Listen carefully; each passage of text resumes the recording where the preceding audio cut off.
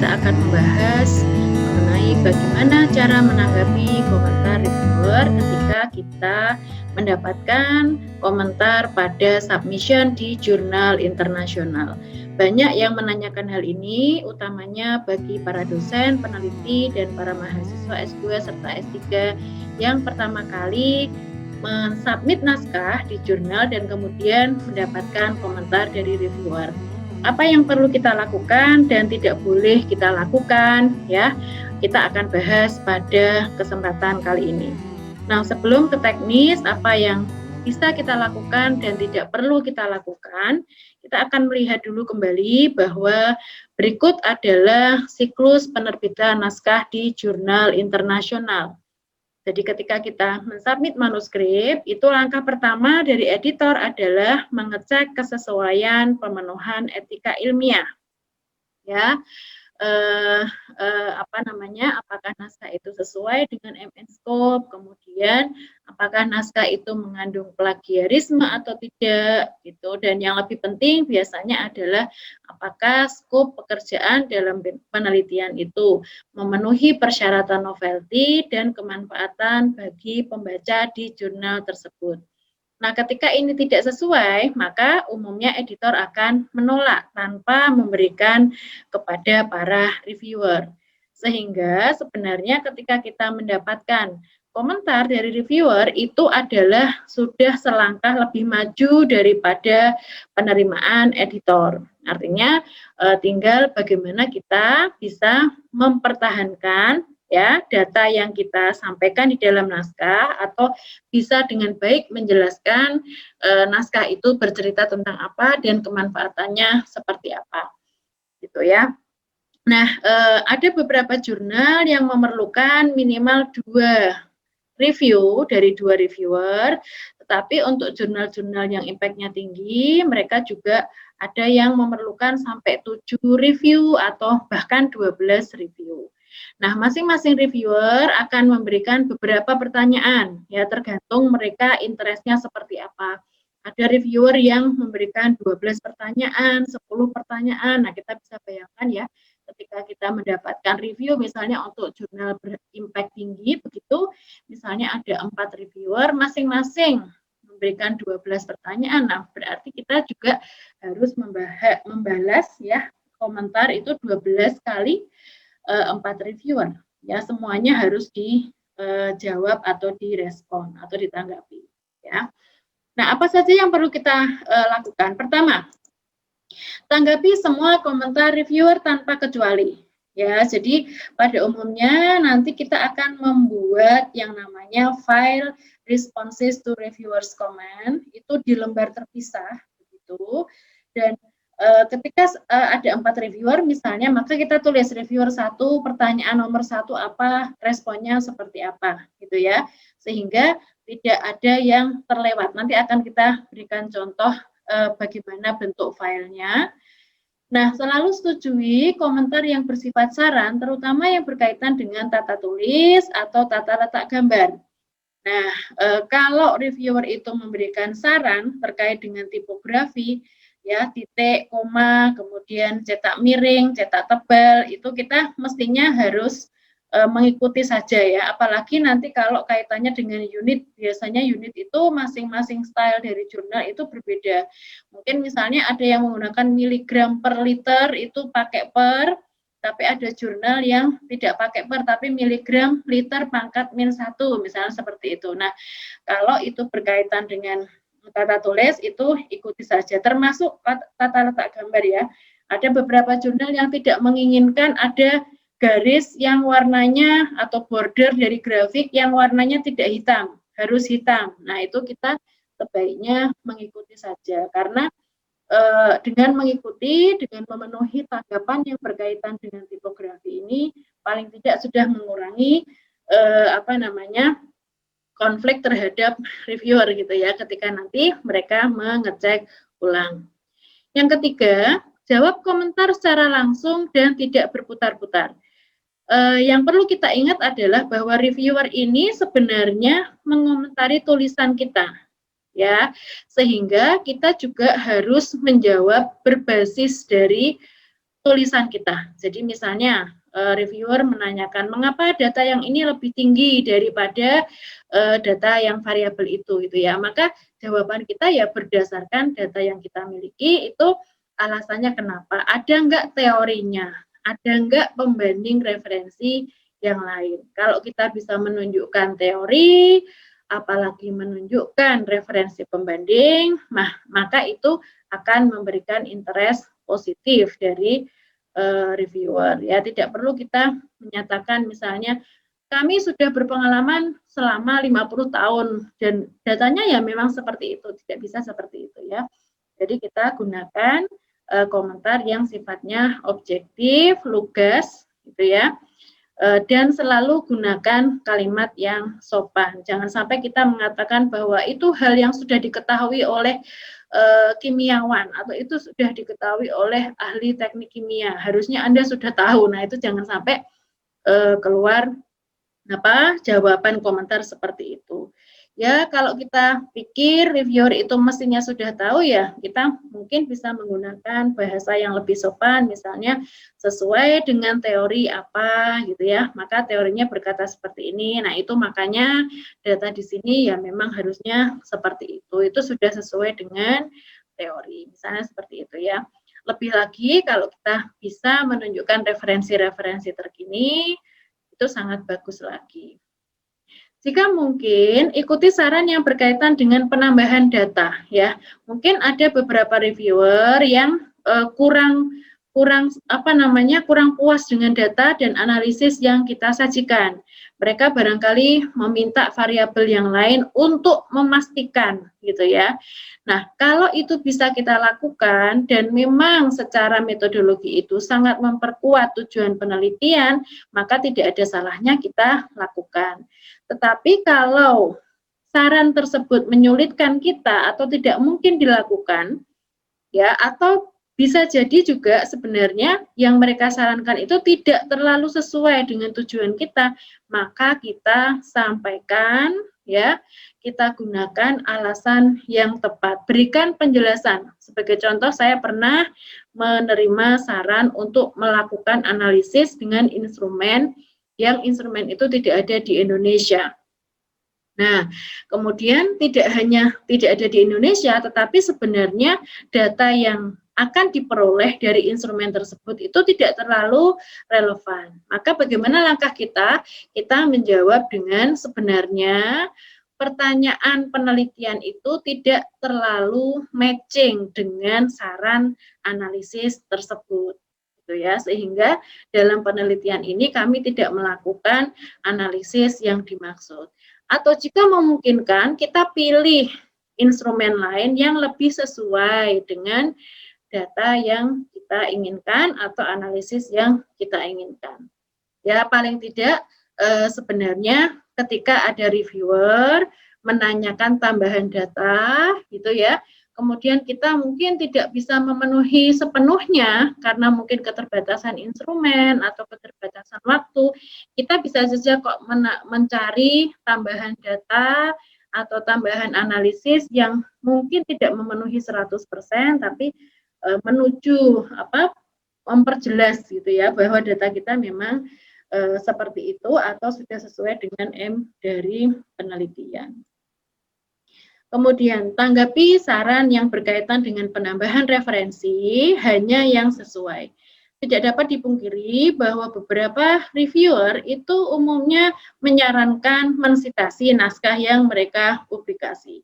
Tidak ada salahnya kita memilih beberapa referensi yang mereka sarankan, tapi hanya yang sesuai. Tapi ketika nanti reviewer itu menyarankan naskah-naskah yang tidak ada hubungannya dengan penelitian kita, ya kita sampaikan saja bahwa kita tidak bisa mengambil referensi yang mereka sarankan karena topiknya terlalu jauh. Ada baiknya juga kita tetap menambahkan referensi dari peneliti lain dan kita sampaikan kita sudah menambah referensi sesuai dengan bidang penelitian. Itu mungkin akan lebih menyamankan ya, tanpa mengatakan misalnya referensi yang Anda sampaikan itu tidak matching dengan penelitian saya. Tidak perlu seperti itu ya. kita sampaikan saja bahwa kita sudah menambah beberapa referensi yang sesuai dengan topik penelitian kita. Tunjukkan perubahan yang dilakukan pada saat revisi. Nah, nanti kita akan lihat bagaimana contohnya, bagaimana contoh lembar responses to reviewers comment dan lembar perbaikan naskah ya. Jadi lembar perbaikan naskah itu nanti ada dua jenis, ada yang dengan jejak perbaikan atau track change dan ada yang clean. Nah, perbaikan yang dengan jejak perbaikan itu harus matching dengan responses to reviewer comment. Nanti akan kita lihat di contoh. Nah, ada beberapa reviewer juga yang umumnya itu mungkin karena mereka terlalu expert sehingga mungkin tidak punya banyak waktu untuk membaca naskah kita secara intensif. Sehingga mungkin ada komentar-komentar yang seolah-olah menunjukkan bahwa reviewer itu tidak paham topiknya itu apa. Nah, kalau itu terjadi, maka ya kita mau tidak mau menerima ketidakpahaman itu ya. Misalnya kita sudah menyampaikan MN scope atau kita sudah menyampaikan tujuan penelitian, kemudian reviewernya masih menanyakan tujuan penelitiannya tidak ada ya. Ya sudah, kita tunjukkan saja di dalam naskah. Kita tidak perlu menyampaikan, saya sudah menyampaikannya kok kemarin gitu, nggak usah ya. Jadi maksudnya tunjukkan saja di dalam naskah, di highlight itu di bagian mana kita melakukan perbaikan atau memenuhi saran atau pertanyaan dari reviewer. Nah, dari reviewer comments tadi, nanti kita akan menjadikan satu atau menyalin atau menyarikan perbaikan-perbaikan itu di dalam revision report dan nanti pernyataan bahwa kita sudah memenuhi semua pertanyaan atau komentar dari reviewer itu pada cover letter pada saat revisi ya. Kita akan lihat.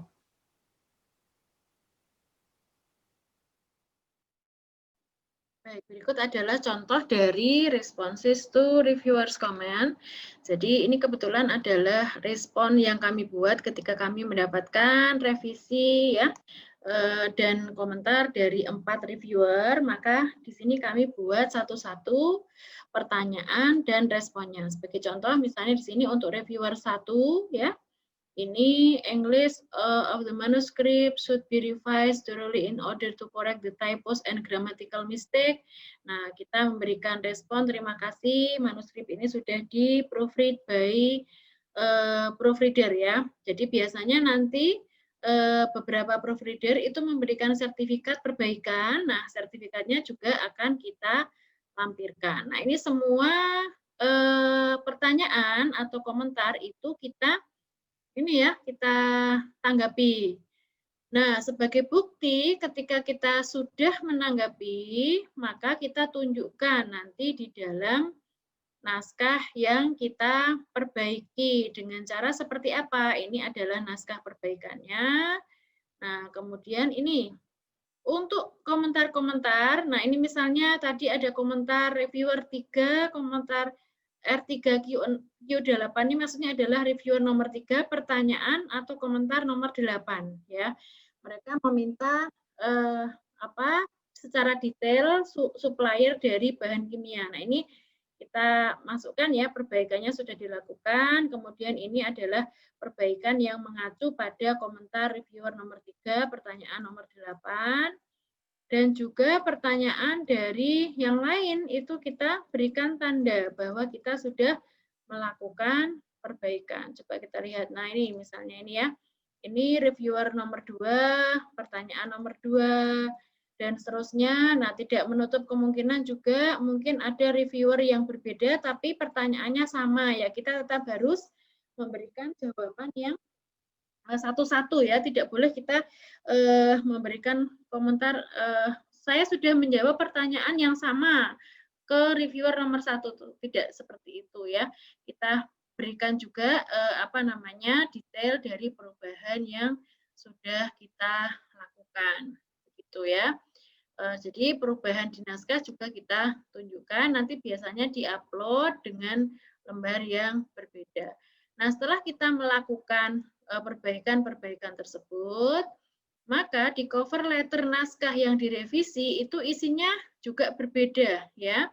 Isinya gimana? Isinya kita menyampaikan bahwa kita sudah melakukan revisi dari naskah, kemudian apa saja yang kita perbaiki ya, misalnya kita sudah melakukan perbaikan data ya atau sudah melakukan analisis tambahan. Nah, itu kita sampaikan di sini. Ya, ini sebagai apa? Resume dari perbaikan-perbaikan. Nah, ketika kita sudah membuat ini secara bagus, nanti akan membantu editor apakah editor perlu mengirim ulang kepada reviewer atau enggak gitu. Kalau kelihatannya perbaikannya itu sudah bagus dan reportnya sudah bagus, ya bisa jadi editor tidak perlu mengirimkan ulang kepada reviewer gitu ya. Jadi jangan sampai kita tidak melakukan perubahan. Setiap perubahan kita harus tandai dan tunjukkan bahwa itu adalah respon dari komentar reviewer. Baik, setelah kita mengetahui apa yang perlu kita lakukan dan contoh bagaimana kita menyiapkan komentar atau respon terhadap komentar reviewer, ada beberapa hal yang tidak sepatutnya atau jangan kita lakukan. Yang pertama, tentu saja jangan pernah melewatkan komentar dari reviewer, seiring dengan tadi ya, apa yang perlu kita lakukan. Kemudian jangan menggunakan kalimat argumen yang tidak objektif. Misalnya, sebagai penulis mungkin kita menyatakan bahwa saya sudah penelitian di bidang ini selama kurang lebih 10 tahun, jadi saya tidak mungkin keliru. Misalnya seperti itu ya, jangan sampai kita mengatakan demikian. Jadi intinya adalah kita memberikan argumen yang sifatnya objektif. Ingat bahwa reviewer itu sebenarnya mengomentari tulisan kita, bukan mengomentari kita secara personal. Jangan menyampaikan kontroversi antar reviewer. Barangkali kita menerima beberapa reviewer yang nadanya berbeda. Ada misalnya reviewer A memiliki kecenderungan untuk memuji-muji artikel kita, tetapi reviewer B seolah-olah cenderung menolak artikel kita. Jangan sampai ketika kita memberikan respon terhadap reviewer B itu mengatakan bahwa bagaimana bisa Anda memberikan komentar negatif sementara reviewer A itu memberikan komentar sangat positif ya. Ingat bahwa dalam merespon komentar reviewer kita merespon seolah-olah kita merespon satu persatu reviewer. Kita tidak perlu menunjukkan komentar dari reviewer lain atau mengcounter ya komentar satu reviewer dengan menunjukkan komentar reviewer yang lain. Apabila reviewer memerlukan data untuk memperjelas kesimpulan, maka sebaiknya kita berikan data asli, meskipun data itu nantinya tidak akan kita sampaikan di dalam naskah. Ya, seringkali atau beberapa reviewer meminta data asli ini dalam rangka untuk mengkonfirmasi.